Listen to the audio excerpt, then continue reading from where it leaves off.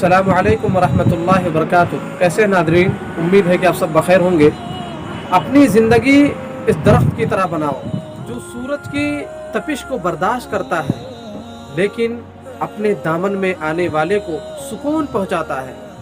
जैसे कि एक आदमी कहीं का सफ़र करता है, एक इंसान खेती बाड़ी करता है धूप में, तो सुकून हासिल करने के लिए उस दरख्त के नीचे आराम फरमाता है, उसे सुकून मिलता है और वो दरख्त सूरज की तपिश को बर्दाश्त करता है।